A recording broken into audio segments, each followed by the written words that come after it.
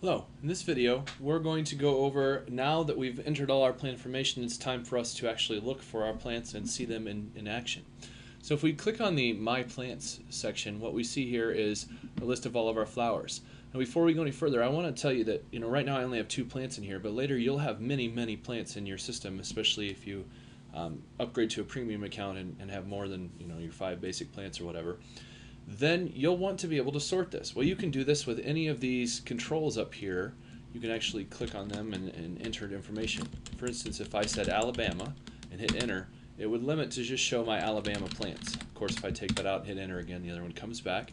Or I could try to limit certain things based on different descriptions that might be available. Just about anything you can think of.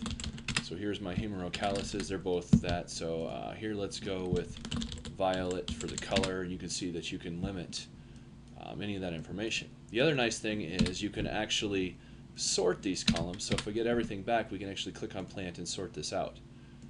And then once we have our plant that we were looking for found and located, we can easily select it. And this will take us to the details page for the plant. And here you can see the overall image. It's the master image, and then you can also change images just by clicking. If there's more than 9 images or 10 images, they'll start seeing some controls here to move left or right through your different images. And the really neat parts about this is that it does show all of the information you've entered for your plant. And that one's a bunch of gibberish, so let's go back and look at a real one, or closer to a real one anyway. The Alabama Jubilee. And that has just the one image that we uploaded singly before, but here we can see all the information about our Alabama Jubilee that we put in. You can see its parts and colors, all the information that we associated to that plant, and we can click on Print Friendly View, and that brings up a dialog here that shows all of the information about that plant and in a table, and then we have the image there. The image is at the bottom, and I'm just going to scroll this up so that you can see it. At the very bottom there's a print button, and this allows us to hit the print. When we do that, that brings up our printer dialog for our local computer that we can use to then print information. And the nice thing is, here we have all the details at the top and the image at the bottom. So if you want to, you could change it to black and white, or you could select color.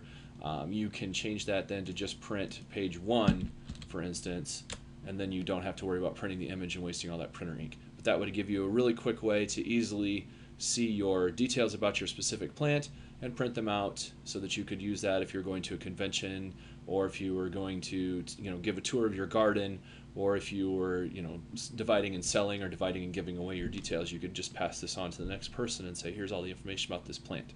So that's pretty handy. And so the last thing about this page, at the very bottom, it does show all the blooms. There's not really much use to this right now other than you can just track where it's bloomed. There isn't anything in here that you can do. You can click on it, but it won't do anything. So just don't worry too much about this at this point. There's maybe some future development there, but for right now we're concentrating on the overall functionality of the system. So you can see here the different things being used, and hopefully you can see the value of this page to quickly view all the details for all of your plants. So we'll see you in the system. Thank you very much.